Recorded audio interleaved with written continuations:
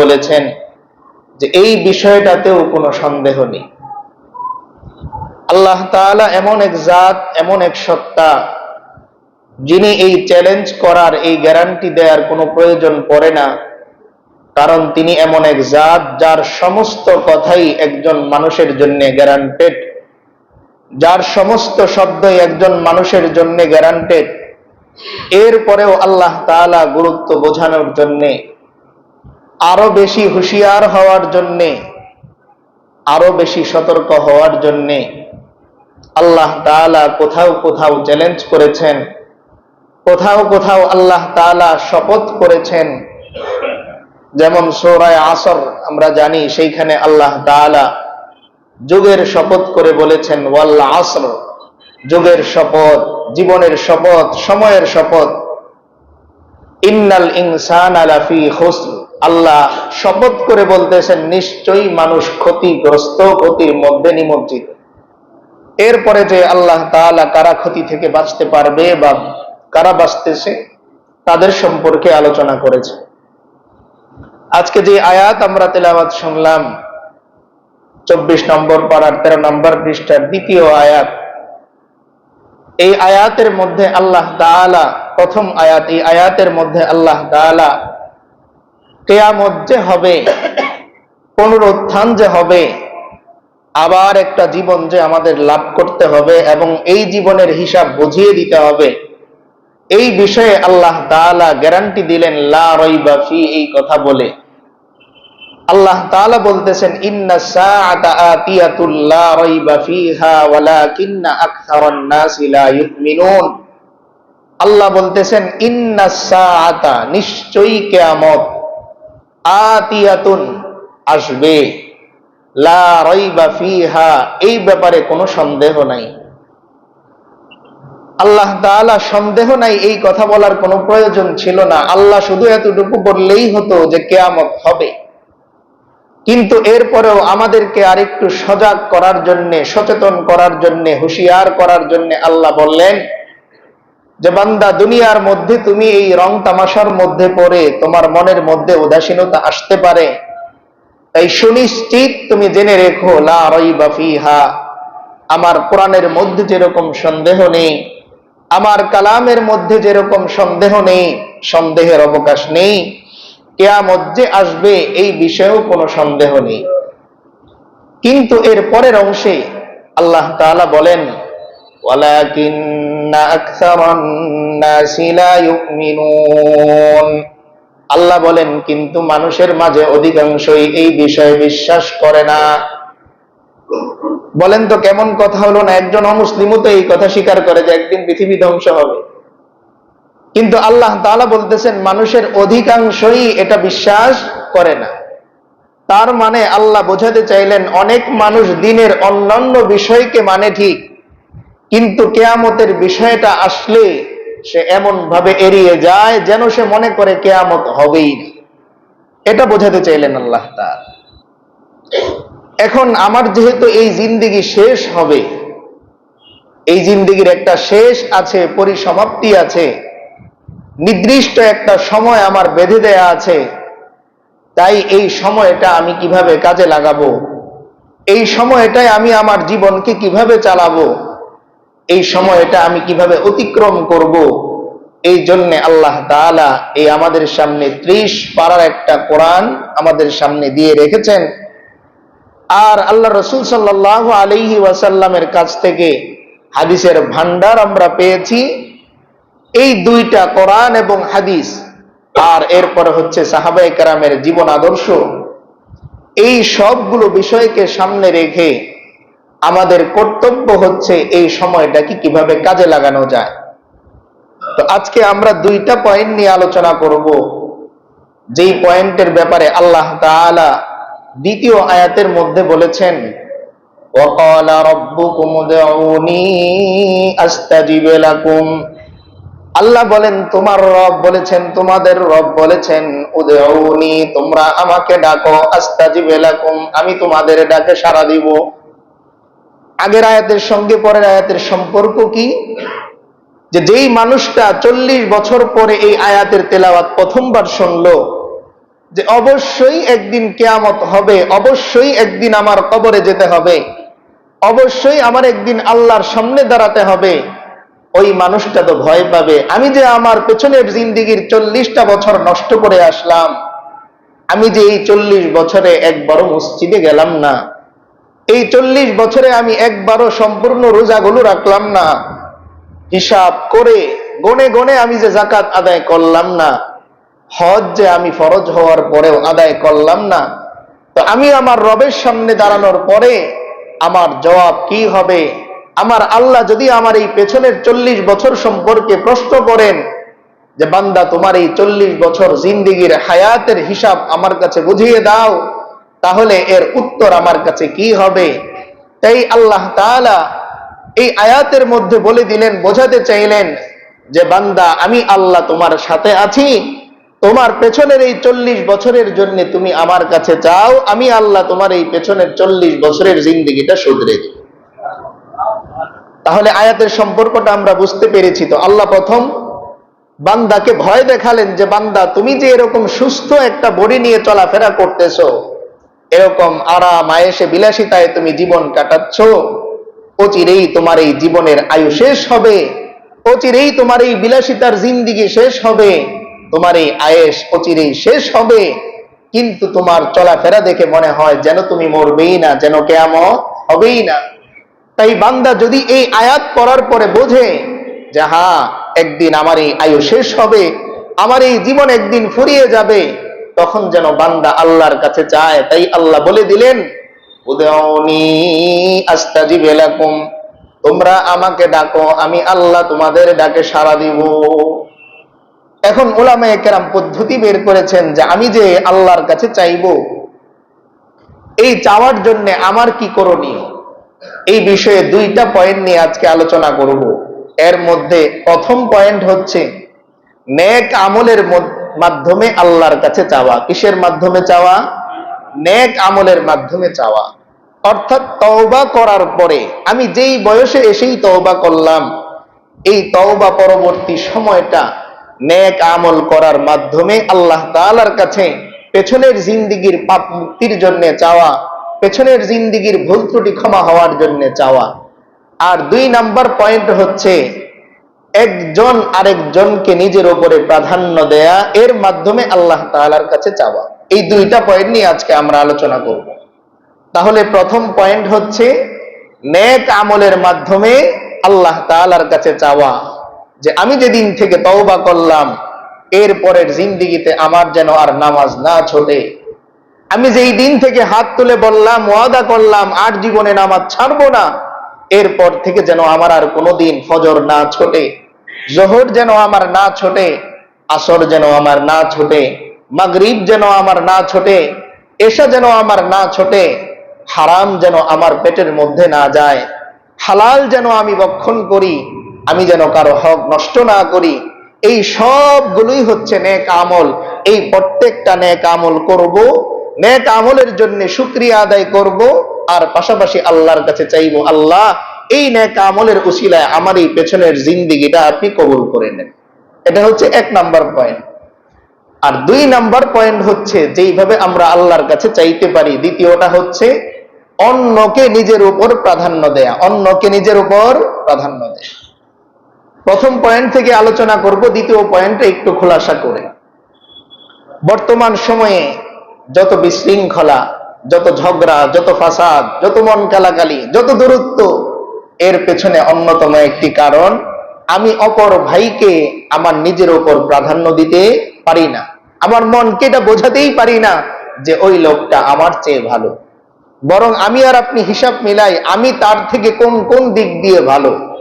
কিন্তু সাহাবায়ে কেরাম রাদিয়াল্লাহু তাআলা আনহুম আজমাইন ছিলেন এমন যে তারা মিলাতেন আমি আমার অমুক ভাইয়ের চাইতে কোন কোন দিক দিয়ে নিচে আছি এটা আমি শুধরাবো।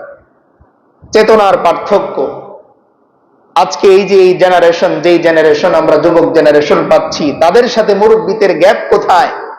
গ্যাপ হচ্ছে আপনি নদীর ওই পার থেকে দেখেন আর আমি নদীর এই পার থেকে দেখি। আমি চিন্তা করতেছি নদীর ওই পার ভেঙে গেছে, তাতে আমার কি, আমি তো এই পারে আরামে আছি। কিন্তু আপনি জানেন নদীর একবার এই পার ভাঙে, আরেকবার ওই পার ভাঙে। এই কথাই আছে, নদীর এপার ভাঙে ওপার ভাঙে, এই তো নদীর খেলা, সকাল বেলার ধনী রে তুই, ফকির সন্ধ্যাবেলা। আমি দেখতেছি এখন আমার কাছে অর্থ আছে, কিন্তু আপনি জানেন যে আমার কাছেও একদিন অর্থ ছিল, কিন্তু আজকে আমি শূন্য পকেট, এটা আপনি জানেন। এই চেতনার ব্যবধানের কারণে আপনি সমাজের 10টা মানুষের সাথে আরামে চলতে পারেন, কিন্তু আপনার ছেলে চলতে পারে না। দেখা যায় 40 বছর আগে জায়গা ভাগ হয় নাই, জমি ভাগ হয় নাই, আপনারা 4 ভাই একসাথে মিলেছিলেন। এখন আপনার সন্তান বড় হওয়ার পরে, জায়গা ভাগ হওয়ার পরেও প্রতিদিন মারামারি, তর্কাতর্কি, কাটাকাটি আছে। কেন? ওই যে চেতনার পার্থক্য। আপনার বাবা যখন ছিল তখন আপনাকে এটা বুঝিয়েছে যে বাবা, এটা থাকার জায়গা, চিরস্থায়ী আবাসস্থল নয়। তাই ভাই ভাইয়ের মধ্যে মহব্বত ছিল, ভালোবাসা ছিল। এখন যখন দাম বেড়ে গেল, অনেকেই কথা বলে যে আগে তো প্লটের এমন দাম ছিল না, এজন্য মারামারিও ছিল না। আগে যেমন প্লটের দাম ছিল না, আগে ইলিশ মাছের দামও এত ছিল না। আগে যেমন বাড়ির এত দাম ছিল না, আগে চালের বস্তার দামও এত ছিল না। এখন যেমন প্লটের দাম বেড়েছে, ইলিশের দামও বেড়েছে। তো এই জন্যে পার্থক্য শুধু সময়ের, অর্থের না, বরং পার্থক্য কিসের? সময়ের।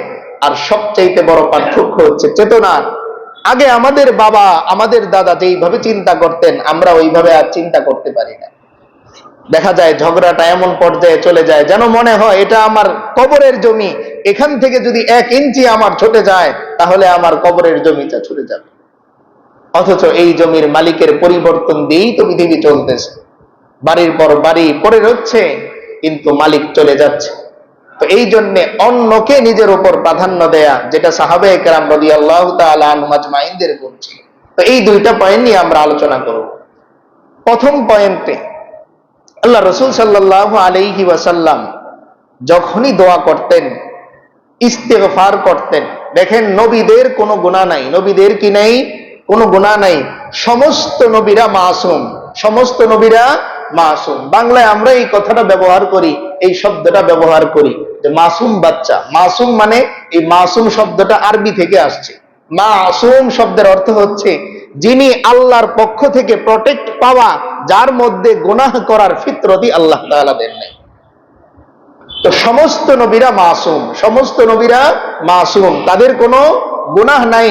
কেউ যদি এই কথা বিশ্বাস করে যে নবীরা গুনাহ করতে পারে, এই বিশ্বাস করার সঙ্গে সঙ্গে তার ঈমান চলে যাবে, নাউযুবিল্লাহ। তাহলে আমাদের আকীদা কি? সমস্ত নবীরা মাসুম, সমস্ত নবীরা মাসুম। পাশাপাশি এইখানে আরো একটা বিষয় আমরা যোগ করতেছি, সেটা হলো সর্বশেষ নবীকে জনাবে মুহাম্মদুর রাসূলুল্লাহ সাল্লাল্লাহু আলাইহি ওয়াসাল্লাম। তার পরবর্তীতে নবী আসার সুযোগ আছে? নেই। কেউ যদি এই কথা বিশ্বাস করে, দাবি না, শুধু বিশ্বাস করে যে নবীর পরে নবী হতে পারে, এই বিশ্বাস করার সঙ্গে সঙ্গে তার ঈমান চলে যাবে, নাউযুবিল্লাহ। কারণ আল্লাহ রাসূল সাল্লাল্লাহু আলাইহি ওয়াসাল্লাম স্পষ্ট হাদিসের মধ্যে বলেছেন, উম্মত শোনো, আমি কেমন নবী যে একটা দালান কমপ্লিট করা হলো, একটা দেয়াল কমপ্লিট করা হলো, এখানে একটা ইট, লাবিনা শব্দ আছে হাদিসের মধ্যে, লাবিনাতুল মানে ইট, যে একটা ইট বাকি ছিল, আনা তিলকাল লাবিনা, আমি হচ্ছি ওই ইট, আমার মাধ্যমে দেয়াল পরিপূর্ণ, এই নবুয়তের দরজা পরিপূর্ণ, আমার পরে আর নবুয়ত আসার সুযোগ নাই। আমার পরবর্তীতে কেউ যদি নবুয়তের দাবি করে, সে হবে মিথ্যাবাদী, দাজ্জাল, কাজ্জাব। তো এই জন্য মুসলমানদের আকীদা কি? নবীর পরে আর কোনো কি হতে পারে না, নবী হতে পারে না, নবীর সমকক্ষ কেউ হতেই পারে না। যদি হতেন কেউ, তাহলে হযরতে ওমর রাদিয়াল্লাহু তাআলা আনহু হতেন। কারণ আল্লাহ রাসূল সাল্লাল্লাহু আলাইহি ওয়াসাল্লাম স্পষ্ট বলে গেছেন, লাউ কানা বাদি নাবিয়্যুন লাকানা ওমর, আমার পরে যদি নবী আসার সুযোগ থাকতো, ওমরের মধ্যে এমন যোগ্যতা আমার আল্লাহ দিয়েছেন যে ওমরই নবী হতো। তার মানে কি বোঝা যায়? নবীর পরে আর নবী আসার সুযোগ নাই বলি হযরতে ওমর এত বড় ব্যক্তিত্ব হওয়ার পরেও কি হতে পারেন নাই? নবী হতে পারেন। কিন্তু আজকাল দুঃখজনক, আফসোসের বিষয় যে আমাদের মুসলমানরাও এই আকীদার মধ্যে ধোঁকায় পড়ে যায়। আমরা জানি আগামীকাল এই বিষয়ে খতমে নবুয়ত, তাহাফফুজে খতমে নবুয়ত নিয়ে সম্মেলনও আছে। আশা করব আপনারা সকলেই সেখানে শরীক হবেন। কারণ একজন মুসলমানের, একজন মুমিনের এটা জিম্মাদারি, যেমন তার জিম্মাদারি তার বাবার সম্মানকে রক্ষা করা, মুসলমান হিসাবে পৃথিবীর প্রত্যেকটা মুসলমানের উপর এটা ফরজ, সে তার নবীর মানকে, সম্মানকে ধরে রাখবে। আর নবীর সম্মানের অন্যতম হচ্ছে আমাদের নবী সর্বশেষ নবী, তারপরে নবী আসার কি নাই কোনো সুযোগ নেই। আল্লাহ স্পষ্ট বলেন, মা কানা মুহাম্মাদুন আবা আহাদিম মির রিজালিকুম ওয়ালাকির রাসূলুল্লাহি ওয়া খাতামান নাবিয়্যিন, যে আমার নবী মুহাম্মদুর রাসূলুল্লাহ সাল্লাল্লাহু আলাইহি ওয়াসাল্লাম তোমাদের সবার পিতা নন, কিন্তু তিনি আল্লাহর রাসূল এবং নবীদের সর্বশেষ। খাতাম শব্দের অর্থ হচ্ছে আংটি বা সিলমোহর। আপনি যখন কোনো একটা খামের মধ্যে একটা চিঠি ভরেন, চিঠিটা যে আপনার পক্ষ থেকেই, এটা বোঝানোর জন্য একটা অফিস থেকে সিল মেরে দেয়।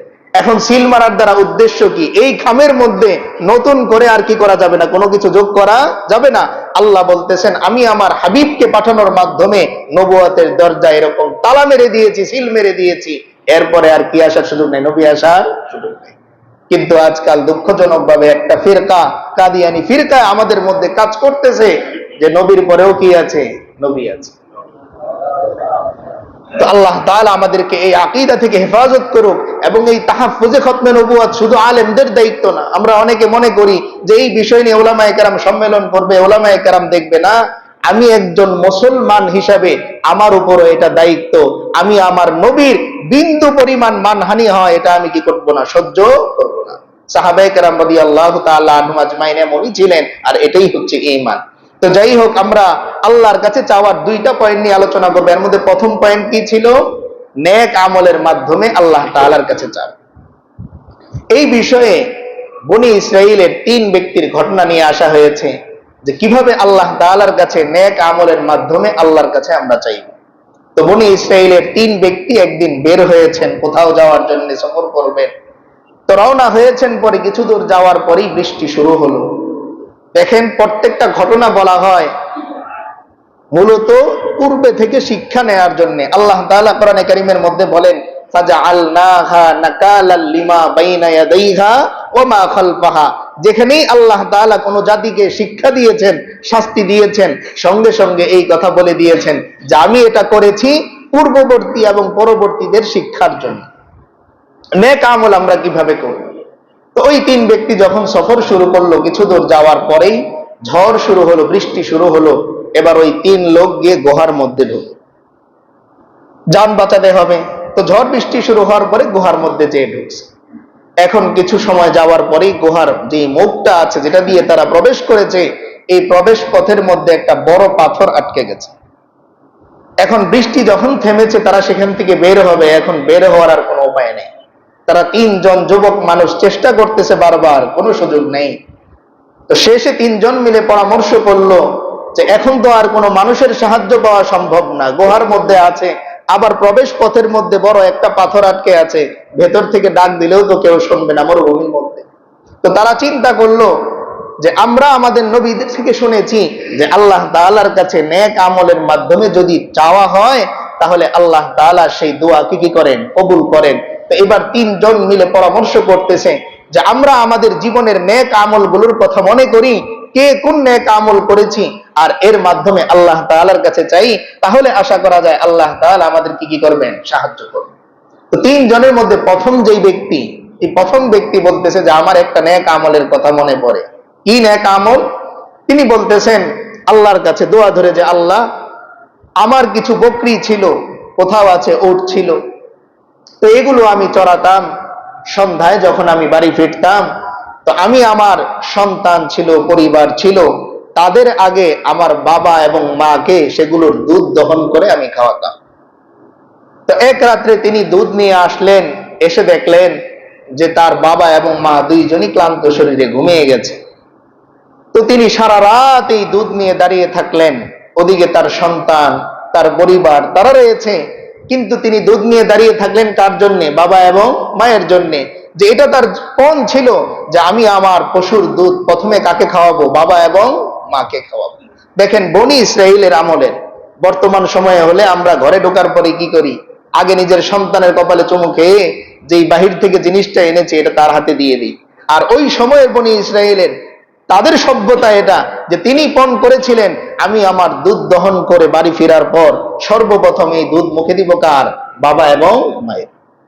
তো তিনি বলতেছেন যে আমি সারা রাত দাঁড়িয়ে থাকলাম, সকালবেলা যখন আমার বাবা এবং মায়ের ঘুম ভাঙলো, দুইজনই আমাকে জড়িয়ে ধরে কান্না শুরু করলো যে বাবা তুমি কতক্ষণ ধরে দাঁড়িয়ে আছো? তো তিনি উত্তর দিলেন যে আমি সারা রাত সেই বিকাল থেকে দাঁড়িয়ে আছি, তোমাদের ঘুম ভাঙে নাই বলে আমি সারা রাত এখানে দাঁড়িয়েছিলাম। তো তখন বাবা আর মা কান্না করে তার জন্য দোয়া করলো, আল্লাহ আমার এই সন্তানকে আপনি কবুল করেন।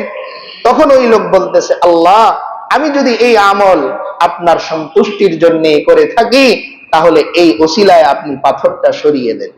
তো এই কথা বলার সঙ্গে সঙ্গে তিনজন তাকিয়ে দেখলেন পাথরটা ওই গর্তের মুখ থেকে একটু সরে গেছে। এখন দ্বিতীয় ব্যক্তির পালা। প্রথম ব্যক্তি চিন্তা করলেন দুইটা, এক নম্বরে হচ্ছে যে নেক আমলের মাধ্যমে চাইলেন, নবী যে বলেছিলেন আল্লাহ নেক আমলের মাধ্যমে চাইলে কবুল করেন, এটা তিনি পেয়ে গেলেন। আর দুই নম্বরে তার যে মনের বিশ্বাস যে আল্লাহ ডাক শোনেন, যেটা আল্লাহ কোরআনেও বলেছেন উদউনি আস্তাজিব লাকুম, ডাক দিলেই আমি তোমার ডাকে সাড়া দিব, এটার প্রমাণও আল্লাহ দিয়ে দিলেন। সঙ্গে সঙ্গে গর্ত থেকে পাথর একটু চেপে গেল। দ্বিতীয় ব্যক্তি চিন্তা করে বের করলো যে আমারও একটা নেক আমলের কথা মনে পড়ে, যে আমার এক মেয়ের সাথে অবৈধ সম্পর্ক ছিল।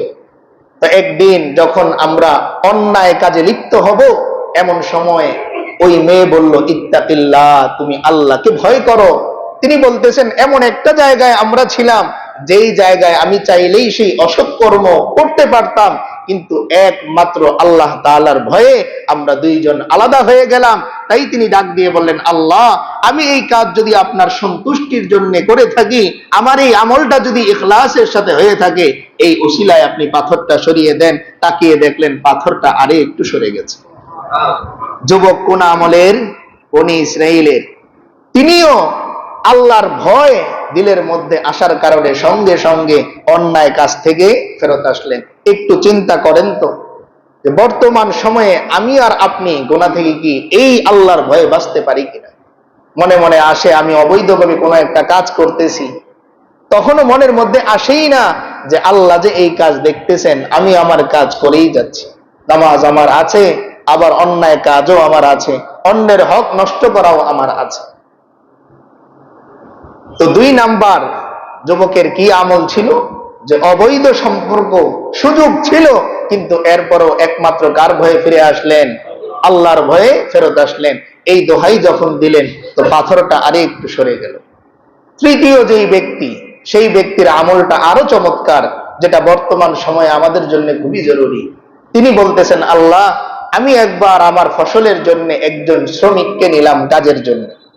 ঘটনাক্রমে ওই শ্রমিক সারাদিন কাজ করার পরে সে পারিশ্রমিক না নিয়ে চলে গেছে যে কোনো কারণে। তো তিনি বলতেছেন আমি তার পারিশ্রমিকটা নিজের কাছে রেখে দিলাম, এটা দিয়ে আমি সাথে আরো কিছু যোগ করে একটা পশু কিনলাম।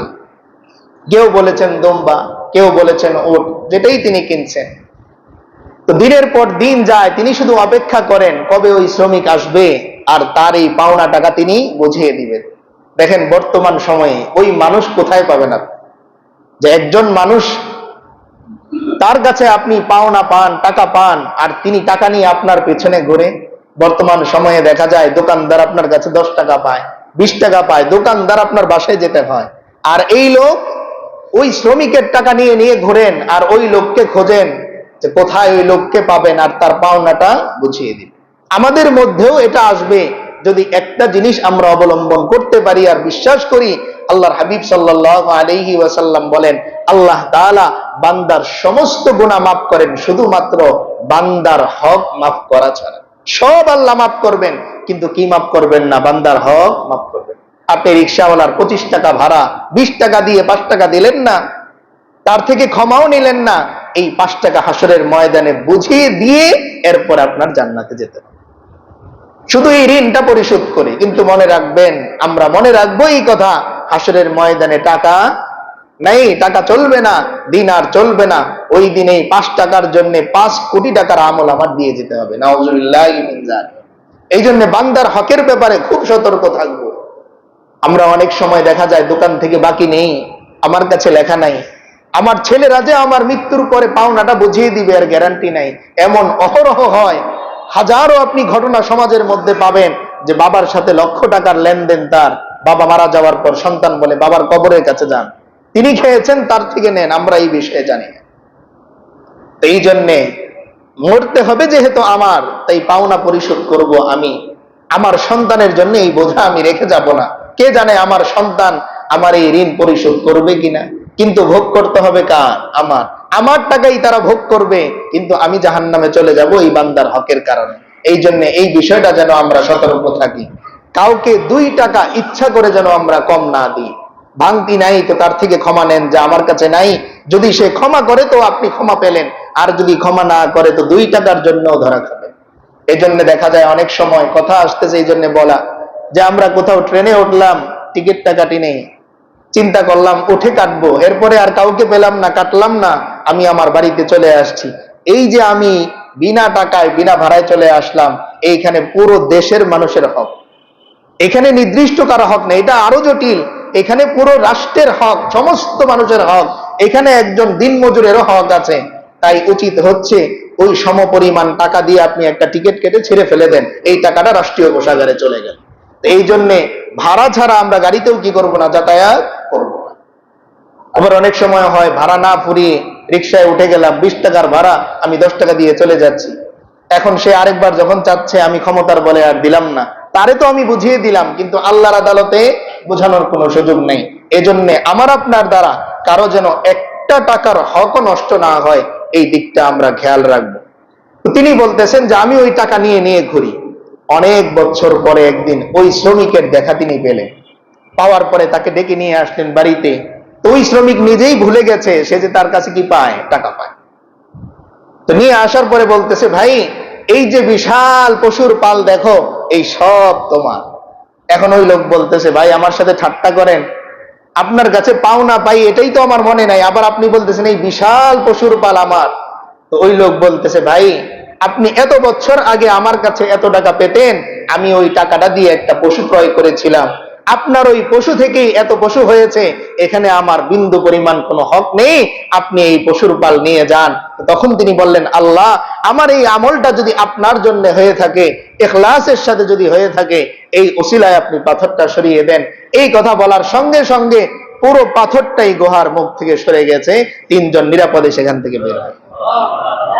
তাহলে নেক আমলের মাধ্যমে আল্লাহ তাআলার কাছে কি চাওয়া? 1 নাম্বার, প্রথম জনের কাজ কি ছিল? বাবা মায়ের প্রতি তার সহানুভূতি। ঘটনা আমাদের মূল উদ্দেশ্য না, ওই পয়েন্টগুলো। বাবা মার প্রতি সহানুভূতি। সারা রাত বাবা মা ঘুমালেন আর সন্তান পাশে দাঁড়িয়ে আছে। এখন ওই সন্তানই কোথায় পাবেন? আপনি অসুস্থ, হসপিটালে ভর্তি, হার্টের সার্জারি হবে, দেখবেন আপনার ছেলে তার খালাতো ভাইকে দিয়ে যে আমার একটু জরুরি কাজ। অথচ এই ছেলের জন্য আপনার জীবনে কত জরুরি কাজ আপনি ছেড়েছেন। কতবার অফিসের বস থেকে আপনি বকা খেয়েছেন ছেলেকে স্কুলে ঠিক টাইমে পৌঁছানোর জন্য, কিন্তু আজকে ওই ছেলের আপনার কি নেই? সময় দেওয়ার মতো সময় নেই। আপনাকে হসপিটালে নিয়ে যাওয়া লাগবে, তো অ্যাম্বুলেন্স ওলারে বলে দেয়, বাবারে ঠিকঠাক ধরে নিয়ে যেও, আমি তো যেতে পারবো না। এজন্য একটু বুঝে শুনে বাবা মার প্রতি আল্লাহ তাআলা নিজের আনুগত্যের পরেই আদেশ দিয়েছেন যে প্রথমে আমার আনুগত্য করবে, 2 নম্বরে তোমার বাবা মায়ের আনুগত্য করবে। এমনকি আল্লাহ কোরআনে স্পষ্ট বলেন, ওয়া ইন জাহাদাকা আলা আন তুশরিকা বিমা লাইসা লাকা বিহি ইলমুন ফালা তুতি'হুমা ওয়া সাহিবহুমা ফিদ দুনিয়া মারুফা। আল্লাহ বলেন, তোমার বাবা মা যদি তোমাকে শিরিক করতে বাধ্য করে, কত বড় কথা দেখেন, কি করতে বাধ্য করে? শিরিক করতে। তোমার বাবা মা যদি তোমাকে শিরিক করতে বাধ্য করে এমন বিষয়ে, যে বিষয়ে তুমি জানো না, অর্থাৎ তুমি স্পষ্ট জানো এটা আল্লাহর সাথে শিরিক, তাই আল্লাহ বলেন ফালা তুতি'হুমা, সাবধান, শিরিক করার ব্যাপারে বাবা মার আনুগত্য করবে না। এই কথা বলার সঙ্গে সঙ্গে আল্লাহ আবার বলেন ওয়াসাহিবহুমা ফিদ দুনিয়া মারুফা, কিন্তু খবরদার দুনিয়ার জিন্দেগিতে তোমার বাবা মায়ের সাথে উত্তম আচরণ করবে। শিরিক করার কথা বললেও তাদের সাথে উঁচু গলায় কথা বলা যাবে না। আল্লাহ স্পষ্ট বলে দিলেন যে শিরিক করার কথাও যদি বলে, তারপরেও কি করা যাবে না? মন্দ আচরণ করা যাবে না। কারণ একটা রাতের দাম পৃথিবীর কোন সন্তান পূরণ করতে পারবে না।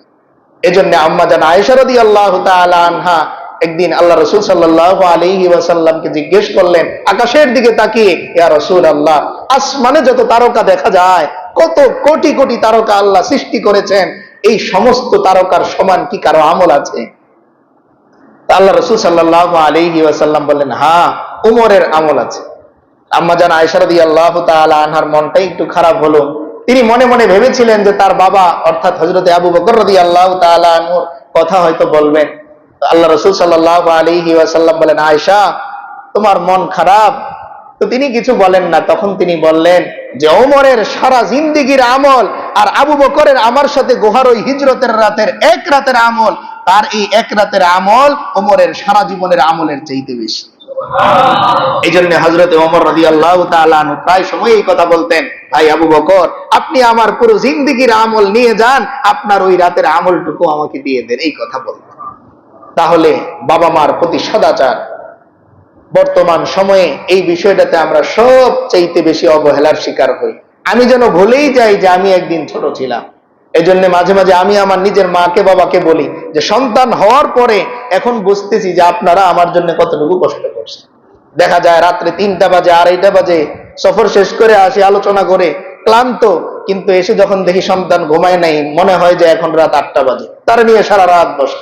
কিন্তু এই সন্তানই যখন বড় হয়ে যায়, সে মনে করে আমার বাবা মা আমাকে মনে হয় এতিমখানায় রেখে বড় করেছে, তারা মনে হয় কষ্টই করে না। এই জন্য সাবধান, আমরা যারা যুবকরা আছি, বাবা মা যেন কোনো কারণে আমাদের প্রতি অসন্তুষ্ট না হয়। 2 নম্বরে, অবৈধ কোনো সম্পর্ক যেন আমাদের না থাকে। বিশেষভাবে যুবক ভাইদের প্রতি অনুরোধ, বর্তমান সময়ে একটা শ্রেণী চাচ্ছে আমাদের আখলাককে নষ্ট করে দেওয়ার জন্য। আপনি গুনাহ কিভাবে না করে থাকবেন এটার চ্যালেঞ্জ তারা নিয়ে নিয়েছে যে গুনাহ করতেই হবে। সেই দিন বলতেছিলাম যে ইউটিউবে আপনি একটা ওয়াজ শুনবেন, মাঝখানে একটা অ্যাড চলে আসছে, মানে আপনাকে গুনাহ করেই ছাড়বে। কারণ মুসলমানের হাতের মধ্যে, জবানের মধ্যে আল্লাহ এমন পাওয়ার দিয়েছেন যে সে একবার আল্লাহু আকবার বলবে তো হাজার হাজার কাফেররা ধূলিসাৎ হয়ে যাবে, এমন পাওয়ার আল্লাহ দিয়েছেন। বদরের ময়দানে সাহাবায়ে কেরাম তাকবীর দিয়েছেন, আর এই তাকবীরের আওয়াজে কাফেরদের হাত থেকে থর থর করে কেঁপে তরবারিগুলো পড়ে গেছে। কিন্তু আজকে সেই জবান আমাদের নাই। দেখেন বর্তমান সময়ে, সেদিন এক জায়গায় আলোচনা করতেছিলাম যে বর্তমান সময়ে আমাদের মায়েদের বদদুয়া অনেক ক্ষেত্রে লাগে না। এর কারণ কি? যে সেই মাই নাই, যে জবানটাকে এত নষ্ট আমরা করেছি, যেইখানে আল্লাহ রাসূল সাল্লাল্লাহু আলাইহি ওয়াসাল্লাম বলেছেন যে মুমিনদের ব্যাপারে তোমরা সতর্ক থাইকো, তার জিহ্বার মধ্যে একটা বিষ আছে, তার চোখের মধ্যে একটা বিষ আছে। কোন মানুষ আপনার প্রতি অসন্তুষ্ট হয়ে যদি শুধু বলে আল্লাহ, আপনি দেখেন, আপনার জীবনের জন্য এই বদদুয়া যথেষ্ট। কিন্তু আজকাল আমাদের বদদুয়াও লাগে না। দেখবেন ঘন্টায় ঘন্টায় বদদুয়া দিতেছে, আল্লাহ তোমার উপর অভিশাপ করুক, এই করুক, সেই করুক, কিচ্ছু হয় না। কারণ এই যে আমার ঠোঁট 2টা নষ্ট করে দিছে, আমার হাতগুলো নষ্ট করে দিছে। একটা শ্রেণী বর্তমানে এই অনলাইনের মাধ্যমে চাচ্ছে যে মুসলমানদের আটকানোর আর কোনো পথ নাই, তাদেরকে মসজিদ থেকে আটকাতে হলে হাতে ফোন দিতে হবে, তাদেরকে মসজিদ থেকে আটকাতে হলে অশ্লীলতা সামনে নিয়ে আসতে হবে, কারণ অশ্লীলতাই একমাত্র মুসলমানদেরকে নষ্ট করতে পারে। দেখেন বনি ইসরাইলের সময় বালাম নামে একজন মুস্তাজাবুদ দাওয়া ছিল। সংক্ষেপে শুধু বলতেছি, সে দোয়া করলেই আল্লাহ সঙ্গে সঙ্গে দোয়া কবুল করত। এই লোকটাকে কিভাবে ফিরাবে? ইহুদিরা তখন বুদ্ধি করলো যে তাকে নারীর লিপ্সায় ফেলে দাও। চক্রান্ত করে নারীর লিপ্সায় ফেলে দিল, সে গুনাহের মধ্যে জড়িয়ে গেল। তো তার জবানের ওই ধার শেষ হয়ে গেল, এখন সে বারবার দোয়া করতেছে, একবারও আল্লাহর পক্ষ থেকে সাহায্য আসতেছে না। বর্তমান সময়ে আমরা যদি আমাদের জবান, আমরা যদি আমাদের দিমাগটা পবিত্র রাখতে পারি, আল্লাহি বিশ্বাস করেন, আবারও সেই বদরের ময়দানের মতো আপনি আল্লাহু আকবার বলবেন, এই দেশ থেকে সমস্ত কাফের মুরতাদরা দৌড়ে পালাবে, আন্দোলন করা লাগবে।